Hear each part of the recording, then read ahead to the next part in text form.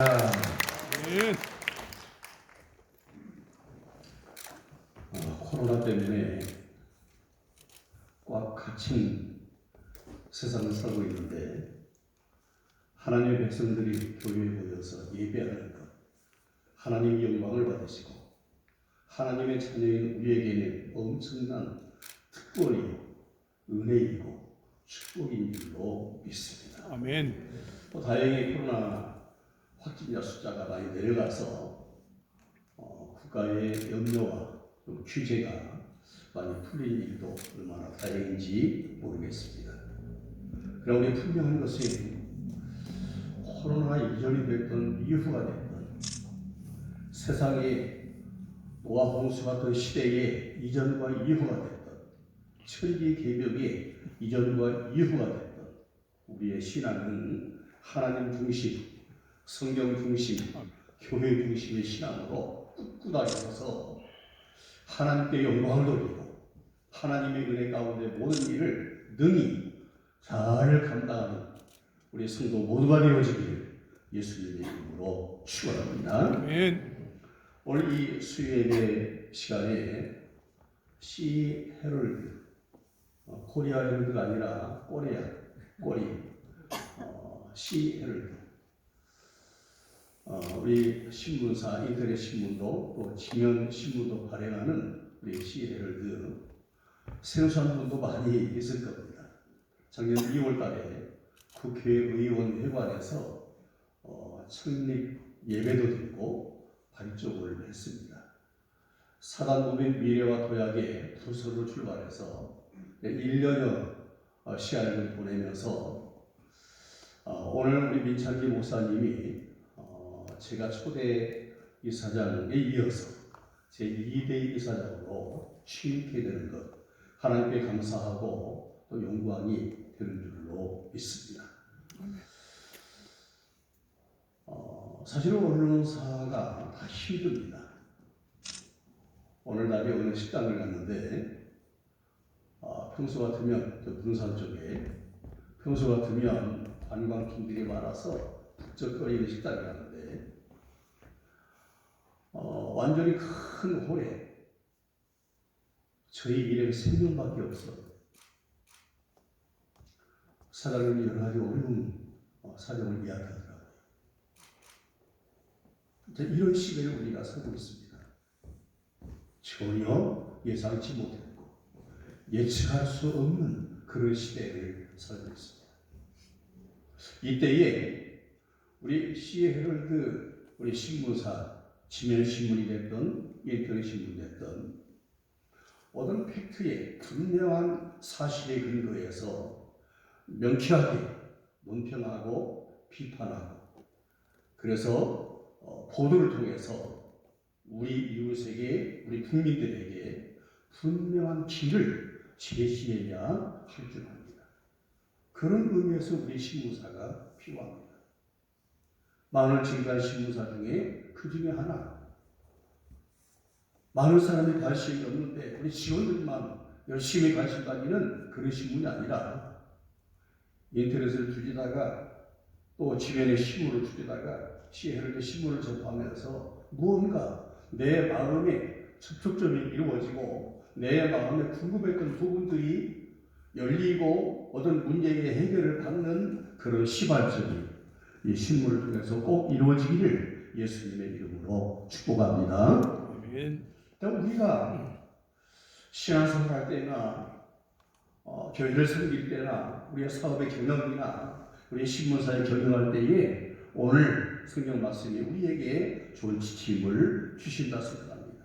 너희는 이 세대를 본받지 말고 너희는 하나님의 아들, 딸들, 하나님의 부름받은 예수 그리스도를 믿고 부름받은 너희는 우리는 이 세대를 이 세상을 본받지 말라고 그랬습니다. 이 세상이 어떤 세상인데 이 세대가 어떤 세대인데 사도 요한은 그의 서신에서 이렇게 이야기합니다.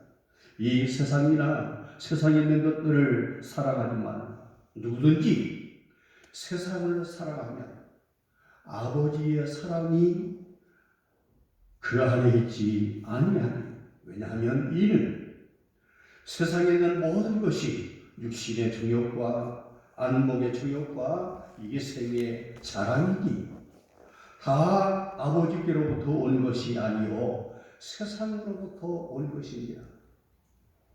우리가 살고 있는 이 세상은 천국이 아닙니다. 우리가 살고 있는 이 세상은 아담과 하와가 살고 있던 에덴 동산보다도 더 못한 것입니다. 왜 그래요? 에덴 동산은 사탄의 꼬임 맞지 않고 죄짓지 않았더라면 범죄하지 않은 상태에서 영생할 수 있었습니다. 선악을 알려는 나무 과일 따먹지 않고 만약에 가정을 해서 생명나무 열매를 따먹었더라면 범죄하지 아니한 상태에서 영생을 누릴 수 있을 터인데 사탄의 꼬임을 받아서 하나님의 금하신 금단의 열매 선악을 알게 하는 나무 열매를 따먹고 하나님을 불신하고 하나님을 불신앙하고 하나님 앞에 불순종하고 범죄해서 범죄한 상태로서는 생명나무 열매를 따먹을까 봐서 생명나무 열매를 하나님께서 구름 천사들과 두루 도는 화염 검 불꽃이 팍팍 튀는 검으로 그 생명나무를 지키지 않았습니까? 우리가 사는 세상은 더 악해졌습니다. 보는 것이 다 정욕입니다. 이 생애의 자랑입니다. 육신의 정욕입니다. 정신 차리지 않으면 하나님의 말씀을 붙들고 하나님의 말씀이 원하시는 그 믿음의 길을 걷는다는 게 얼마나 힘들고 어려운지 모릅니다. 어쩌면 코로나19 바이러스의 이 과정이 우리의 신앙을 한번 재확인하는 좋은 기회도 될 겁니다. 남이 알든지 모르든지 조용한 곳에서 하나님 말씀을 묵상하고 하나님 말씀 속에서 하나님의 음성을 듣고 하나님과 나와의 교제를 이루면서 내 영의 사람, 속사람을 점점 키워가는 사람이 있을 것이지만 그 중에 어떤 사람은 코로나 확진 때문에 교회도 오지 말라고 그러니까 잘 될까? 야, 힘세라 세라. 내가 마음대로 시간 가지고 마음대로 놀고 마음대로 해방감을 가지고 그런 사람들은 신앙을 회복해서 교회에 들어오기가 더 어려울 겁니다. 내가 예전에는 교회 한 번 빠지고 예배 한 번 빠지면 큰일 나는 줄 알았는데 맞으니까 재미있어요. 그 보통 재미가 아닌 거예요. 평소에 못 가봤던 주일날 토요일날 친구들 어울려서 여기저기 다니면서 자유분방한 삶을 살면서 나도 모르는 사이에 이 세상에 육신의 정욕, 안목의 정욕, 이생의 자랑 나도 모르는 사이에 그 속에 안주하고 있습니다. 주전자 속에 찬물을 담고 그 안에 개구리를 넣어놨습니다. 마라 위에 올려놓고 불을 켜봅니다. 처음에는 차가운 물이요. 좀 뜨뜻해도 견딜만하고 아무 방비 없이 자유롭게 돌다가 나중에는 점점 뜨거워지고 팔팔 끓으면 나도 모르는 사이에 내 다리 쭉 뻗고 죽는 것 같습니다. 그 사탄의 죄악입니다. 초대교회도 보세요. 예루살렘 교회에 예수 믿는다고 얼마나 많은 박해를 받았습니까? 예수 믿기 말하라고 잡아다가 때리고 가두고 육체적인 혹독한 오염을 가했습니다. 그때는 열심히 기도하고 대항하고 저항하면서 신앙을 지켰습니다. 너무나 열심히 사탄의 전략을 바꿨습니다. 안 되겠구나. 속이는 아나니아 삽비라처럼 거룩한 교회에서 거짓말이 들어와서 속인 것. 땅을 팔아서 헌금하라는 규정이 있는 것도 아닌데 다른 사람들이 부동산을 팔아서 유무상통하려고 헌금하는 것을 보고 부동산 팔아서 반절을 숨겨놓고 반절만 갖다 내면서 칭찬받고 이쁨 받으려고 이게 전부입니다. 부부 안에 거짓말하고 다 죽지 않았습니까? 교회 안에 파고 들어온, 내 안에 파고 들어온 사탄의 시험을 성령의 충만함으로 물리쳤습니다. 사탄이 안 되겠다 생각하고 더 센, 더 좀 업그레이드된 시험을 가합니다. 그게 뭡니까? 바쁜 겁니다. 너무나 바빠요. 헬라파 바보를 굳이 열자, 히브리파 바보를 굳이 열자, 불평 불만을 또 수수 벌려. 사도들이 그런 일에 왔다 갔다 하다 보니까 어떻게 기도하고 말씀 전하는 일을 할 수가 없어요. 요즘에 잘못된 교회는 목사님으로 하여금 열심히 기도하고 열심히 성경을 연구해서 하나님 말씀 전하게 할 그런 시간을 제공해 주는 게 아니라 엉뚱한 데 애를 소모하게 만들어요. 신경을 쓰게 만들어요. 잠을 못 자게 만들어요. 고민하게 만들어요. 근데 예루살렘 교회는 7 집사를 세워서 구제하는 일을 다 맡기고 사도들은 기도하고 말씀 전하는 일에 전무하니까 교회가 말씀 때문에 흥왕하고 왕성하게 성장했다고 했습니다. 그래서 복음이 전파되고 예루살렘에서 시작된 복음이 온 유대 이방 나라의 유럽의 전 세계에 거쳐서 지금 우리 이 땅에 저와 여러분도 예수 믿고 구원받는 것 아닙니까? 그런데 코로나가 아주 악질적으로 사람을 시험합니다. 마스크를 쓰고 있으니까 얼굴 표현도 안 하고 기존에 나온 교인들이 아니면 새 가족은 누군지 모르지만 오지도 못하게 일반 교회들도 집에서 예배를 드리니까 예배를 드리는지 안 드리는지 알 수가 없어요. 예배 공공성이, 연대성이, 거룩성이 상실된 것 같아요. 코로나19가 개인의 시험, 목사의 시험, 성도의 시험, 우리의 신앙을 얼마나 시험하는 것. 이때에 너희는 이 세대를 본받지 말고 이 세상을 본받지 말고 세상을 본받지 마시기를 예수님의 이름으로 축복합니다. 무엇을 해야 되느냐? 하나님의 뜻이 무엇인지 분별하라고 했습니다. 하나님의 선하시고 하나님의 기뻐하시고 하나님의 온전하신 뜻이 무엇인지를 분별하라. 여러분, 하나님의 선하시고 기뻐하시고 온전하신 뜻이 무엇입니까? 하나님의 세상을 이처럼 사랑하사 독생자를 주셨으니 왜냐하면 이 저를 믿는 자마다 멸망치 않고 영생을 얻게 하려 하십니다. 아멘. 하나님의 가장 큰 사랑은 하나님의 가장 선하신 뜻은 이 땅에 보내주신 구세주 예수 그리스도 믿고 구원받는 것, 예수 그리스도 믿고 멸망하지 않고 영생을 얻는 것이 하나님의 가장 선하신 뜻인 줄로 믿습니다. 아멘. 우리가 신앙생활할 때에 하나님의 뜻에 정말로 내가 하나님의 뜻에 합당한가? 우리 신문사가 정말 하나님의 뜻에 합당한가?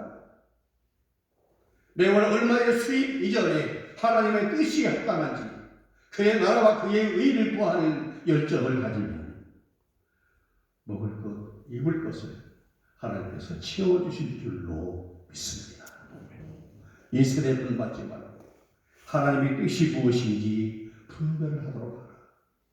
그런데 그 중간에 말씀이 있습니다. 방법이 있습니다. 이 세대를 받지 말고 하나님의 뜻을 분별하려면 그 중간 과정을 빼놓으시면 안 됩니다. 그게 뭐냐면 오직 마음을 새롭게 함으로 변화를 받아. 마음을 새롭게 함으로 변화를 받아. 우리 마음이 어떻게 새로워집니까? 목욕을 찾아오면 새로워집니까? 예쁜 옷을 입으면 새로워집니까? 아니잖아요.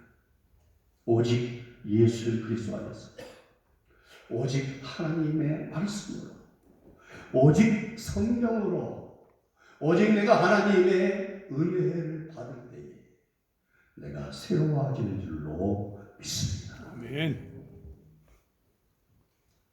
우리 민창기 목사님이 또 새롭게 이사장을 맡아 우리 시헤럴드 우리 신문사를 잘 이끌어 가실 것 생각하니까 든든합니다. 든든해요. 우리 민창기 목사님이 부안 서해바다 앞바다를 바라보면서 청의 구분을 품었는가 봐요. 그래서 신학대학을 하시고 신학대학은 공부를 하시고 하나님의 뜻이 계셔서 이 땅에 교회를 세워서 예수님 교회, 얼마나 아름다운 교회를 세우고 전국적인 모델 같은 교회로 목회하시는지 참 존경스럽고 고맙고 부럽고 그렇습니다. 근데 여러분, 앞으로 우리 민창기 목사님이 예수님 교회에 우리 안에만 계시지 않고 더 큰 일을 많이 하시기 위해서 여러분들이 목사님을 위해서 5가지 기도하셔야 됩니다. 하나는 하나님 우리 목사님에게 지혜를 주세요. 지혜를 주세요. 두 번째는 능력을 주세요. 능력을 주세요. 지혜를 주세요. 능력을 주세요. 지혜를 있는데 능력이 없어 아무것도 안 해요. 능력이 있는데 지혜가 없으면 어디를 줄지 몰라요. 세 번째는 우리 목사님에게 담대함을 주세요. 지혜가 있고 능력이 있고 담대함이 있어야 돼요. 그 순서가 필요해요. 담대함을 주세요. 모세 같은 담대함, 여호수아 같은 담대함, 하나님의 뜻이라면 내 생명도 불사하는 담대함. 네 번째는 건강을 주세요. 아무리 좋은 이상을 가지고 있어도 병실에 누워있으면 아무것도 안 해요. 우리 민 목사님 건강하세요. 그런데 더 건강하시다. 미래도 건강하시다. 과거에 건강하셨고 현재 건강한 것으로 끝나는 게 아니라 미래도 건강하시다. 5번째는 하나님의 뜻을 이룬 선한 일에 선한 사람들을 많이 보내주세요. 붙여주세요. 하나님의 선한 일도 혼자 할 수 없습니다. 우리 민 목사님의 교회 목회도 마찬가지지만 모든 대적인 일에 교회를 섬기고 하는 모든 일에 혼자 할 수 없어요. 사람이 많이 모이는데 내가 옥석을 가릴 수가 없어. 하나님, 우리 목사님이 선한 일을 하시는데 선한 일꾼, 하나님의 마음에 합한 일꾼, 주님 보시기에 아름다운 일꾼, 좋은 사람을 붙여주세요. 5가지 꼭 기도하세요.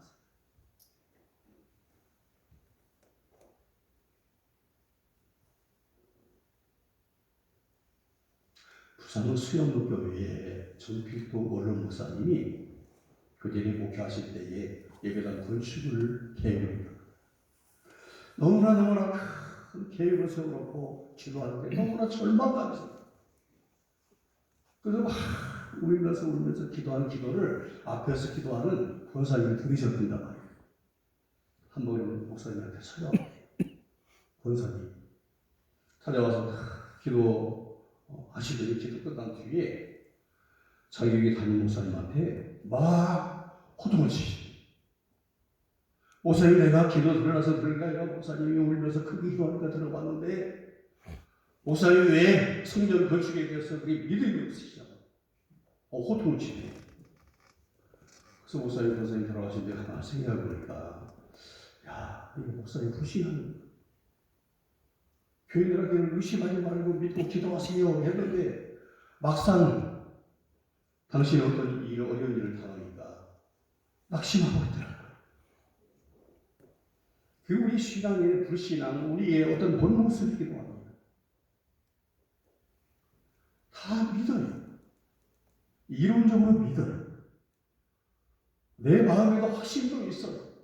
그런데 실천적으로 불신앙이 있어요.